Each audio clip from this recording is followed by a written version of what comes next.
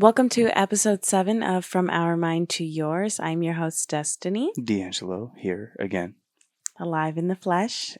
every time. And on today's episode, hopefully the audio is better. I tried something different on the last episode. It clearly didn't work if you watched the last It's episode. just a little loud. Yeah. I'm learning this all on my own, so This is our engineer here. I'm pretty sure I fixed the issue. So we should be good to go on this episode. But yeah, on today's episode, I wanted to talk about, or at least start off talking about embodying solitude and what that looks Embodying like. and embracing.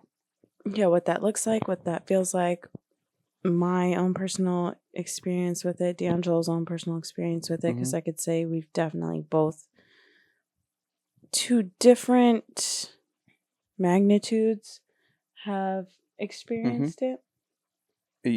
Yeah, because our experiences are very different. Yeah. I want you to talk first. You want me to talk first? Yeah. I talk first every time. Okay. Yeah, I guess, this is a quite different experience, right? Because in our everyday roles, I go to work. I'm an electrician. I go to work every day. I deal with a lot of people, meet a lot of people. People assume to be friends when you're in an environment like that and you're working with people around for a long time. But those are all, and up to this point, always work friends. And it stays that way, right? Solitude is embracing being alone, kind of in your own space, in your own environment, in your safe space. I still have that. I think for me, it helps me more to be more comfortable in solitude, being around more people, right? Knowing what I don't want around me, all these different personality types, and I don't think that's following what we're talking about. Solitude, right? Being alone and being comfortable with being alone. Well, yeah, but like, I feel like the way you're experiencing solitude is more so because, like you said, you do go to work every day and you're around a bunch of people, but those aren't really like your friends or like your close people. Absolutely. I feel like, and you can correct me if I'm wrong, but I feel like the way you are experiencing solitude is not having those close friendships, and it really just being like me and you rocking it out and being best friends. Yeah. I feel like that's the way that you're experiencing solitude, is like right. just not having those close people. Yeah, I probably would have gotten there. I'm just very slow at giving my information out. But you were talking about how like having experiencing a bunch of people. Experiencing a bunch of different people. I wasn't connecting. Makes me more comfortable in my solitude because what I'm experiencing from having interactions with a lot of people is that I want to be alone more. And I want to be by myself more because of what I'm experiencing out there. The different types I'm getting from people and shit. I'm like, okay, nope. Okay, yeah, nope, don't like that.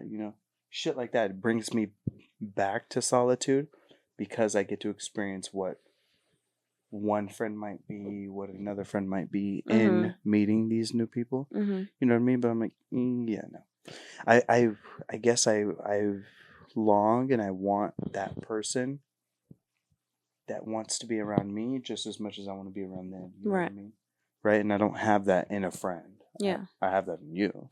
D'Angelo and I actually don't really have any friends. At all. I don't know why I said really. We don't have any friends. And we have not had friends for a very years now. I mean, if easily about 7-8 years. 8 years. Yeah, probably. It's been a long time, and like it gets a little sad and lonely sometimes. But at the same time it doesn't. Well, for me it does, because here now we get into my experience of it, to where I have been at home with our daughter since she's been born, and she just turned 4 in June, so like that's a long time. But even before we had Kaylani, I didn't really have friends That's why I went 8 because years of back. because of the journey that we chose to go on when we took our life more seriously and went down a different spiritual path than the people around us. I definitely learned a lot about myself from being literally just me and my child all the time. You know, obviously family here and there, but on our day-to-day, just me and her until you got home. I definitely learned a lot about myself and have worked through a lot of different, lessons and blockages that I had to work through. But not having any friends or community really during that time and, continuing on to this present moment was really, really hard. I feel like that experience wouldn't have been as difficult if I had, a friend or two to call up and to talk to or to hang out with. Yeah, but in which part and in what experience made you embrace and embody solitude? Because that's what we're talking about. Is accepting and embracing and embodying that. I guess it was when I had to realize that I was the reason why I wasn't meeting any new people. Okay. Because I think there is. I know, but that almost sounds like it follows up with some negative things you're feeling about that.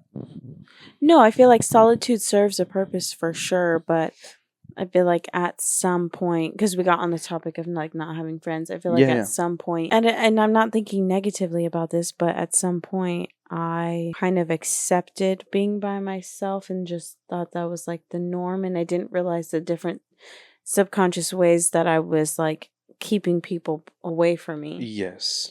I didn't realize that. Because you've embodied your solitude too far. I was getting a little too comfortable with being in hermit mode. And I kept wondering, like, why am I not making any friends? I don't understand. Like, I'm just such an amazing person. I'm funny. I'm beautiful. I'm a good time. Like, I don't understand. Bring the energy. That's what a generator does. Yes. But it was because I subconsciously, I had allowed myself to believe that this is just the way things were going to be. For you. Yeah. In your experience, yeah. Yeah. That there's not many people around me that are like me or that are like-minded or that are into the same things that I'm into. Yeah. But that thought process alone is pushing people away. It's not allowing anybody to I'm literally not allowing anybody to get close to me and get near to me. Yes. Because I'm just assuming that like there's just everybody around me is just not like me. Well, yeah. And that's that sounds a little crazy too. It's like, come on, girl. Yeah, there's not nobody around exactly. you. It's not feasible. I mean, there's definitely people that are like-minded, think and operate in similar ways that we do, believe similar things that we do. Yeah, for sure. And just right there, you spoke on how mind created matter. You thought that there was no one around you that was like-minded or similar in any ways that in the things that you possess, and right. So that's exactly what in the 3D world you got. You got nobody around you, nobody thinking the same way, nobody thinking similarly, nobody doing some of the things that you do because you made that happen in your life, So the power of the mind is not a joke. At all. I mean, it's not a joke. When I say, now this is going to go over some people's heads now. Absolutely. What you are thinking and embodying and every single second, every present moment is what is creating your reality and what you are seeing right in front of you. Now, there are other factors, there are other people and other energies around you. Yes. But for the most part, you are that driving factor, like we talked about in a different episode. You are the operant power. You're the one putting things in motion. So maybe if you don't really like what you see going on around you in your life, maybe you need to take a step back and think about the ways that you are contributing to the way that your life is. And like, I want to reiterate, not that there aren't other things that are making your life hard or, making it the way that it is, but chances are there's some things that you could change that would make a significant difference in your life. Well, yeah, I mean, obviously, because we know the only thing we can control is our own minds, right? But what people fail to believe and think is that their own mind controls what their 3D brings to them, right? We live in the 3D world. Earth is a 3D dimension where it brings all these material things, things you can touch, see, smell, hear, blah, blah, blah, the things you can see with your senses, right? The things in our mind are the things that we can control that are not connected to our senses. They are in a way of a memory and experience, but as for actually changing and manipulating it's not connected to these 3D things, right? You think it, you make it, and it turns into those things, the 3D things, right? So, yeah, if you think you're lonely and you think you're this and you think you're that about yourself, whatever that might be in a negative way, it's going to happen. If you think those same things in a positive way, it will happen. And that's the only thing you can control is what goes on in your own mind. Because, like she said, there's energies around you can't control. There's things around in general that you can't control, but you can always control this. Mm-hmm. If you have control of this. If you don't, you can't. And things just kind of operate subconsciously when you have fucked up things downloaded in I mean, there. it's happening regardless, whether you It's believe it happening or not, and regardless. whether you're conscious of it or not. What you are embodying, what you are being, what you are thinking, what you are feeling is replicating in your life, in your reality. Yeah. So you could believe it, you could not believe it. It's still happening. So do you want to try and control it a little bit? Not fully. We don't have full control over our life, obviously, but like Yes. do your part in what you can do and can control in creating your life, or do you want to just let some shit happen to you? Yeah. Yeah, people just think life's happening to them and not for them, so they just let it operate as is. I would suggest checking out Dr. Joe Dispenza's books that he's written. Yes. He You are the also, placebo. yeah, he has several books. He also has, I Becoming believe, supernatural. his own website. He has his He own has everything. There's a bunch of different meditations and just lectures and stuff on YouTube by him. I definitely recommend checking out his work. I've said this before, checking out Neville Goddard's work. I really like his stuff too. Deepak Chopra, 7 Spiritual Laws of Success. Mm. Amazing book. Read it 3 times. There's a lot of tools for sure and material out there. I just want to help more and more people awaken and come to the understanding that we are in control of ourselves and our reality. And when we are all conscious of that and we're all trying to consciously create a better experience here on earth for everybody, I feel like that's when we take the power back and when we start seeing things shift from the craziness that we're seeing in this world right now. Absolutely. And shift to a much more positive, much more abundant, much more happy life for everybody, where everyone, it'll almost feel like a fairy tale. I feel like it's when everybody can pursue their heart's passions and do what they want to do and be successful and create the things that they want to create. I know it's possible. So yeah, that's just what I hope we're doing by sharing these things that come to our mind, sharing our experiences. Yeah. It's more than just making a podcast for people to sit and listen and to watch us on a screen. It genuinely is I genuinely feel like we are messengers and we're just pushing on the information to help other people. Yes, exactly. Because the information that we push on, the things we believe, is always pushing people back to themselves. Mm-hmm. That's what we're here for. We're here to help people through us and our experience bring them back to themselves. Trust themselves, believe in themselves, be their biggest fan, promoter, everything. Everything that Dr. Joe Dispenza says, that Neville Goddard says, that Deepak Chopra says is that you are the master of your life. You are the creator. You are the manifester. You are the developer, the engineer, whatever word or vocabulary you can put on it. always comes back to you. Mm-hmm. The negative as well, right? They always talk about the good part, right? Because they try to help people in a way that'll bring positivity to their life. But in the same way, you are affecting you negatively in every way. Preconditioned mindsets, triggers, emotions, this, that. It all goes back to you. And we definitely, everybody has their own trauma that they've experienced and reasons why they are the way that they are.